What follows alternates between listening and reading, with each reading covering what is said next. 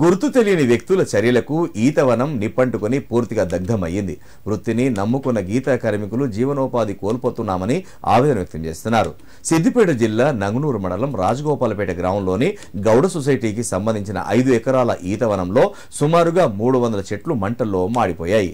దీంతో కులవృత్తిని నమ్ముకున్న సుమారుగా 20 కుటుంబాల గీతా కార్మికులు ఉపాధి కోల్పోయామని తీవ్ర ఆందోళనకు గురవుతున్నారు. ఈ సంఘటన పట్ల అధికారులు ప్రభుత్వం చర్యలు తీసుకొని ఇలాంటి చర్యలకు పాల్పడ్డ వారిపై కఠిన చర్యలు తీసుకోవాలని కోరారు. ప్రభుత్వం గీతా కార్మికులను ఆదుకోవాలని విజ్ఞప్తి చేశారు.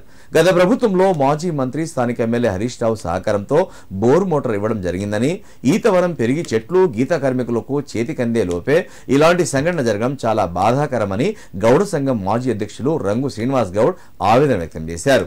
ప్రభుత్వ పరంగా జిల్లా మంత్రి పొన్నం ప్రభాకర్ గౌడ్ ఇట్టి సంఘటనపై జిల్లా కలెక్టర్ ఎక్సైజ్ అధికారులతో సంఘటనను పరిశీలించి గీతా కార్మికులకు న్యాయం చేయాలని కోరారు.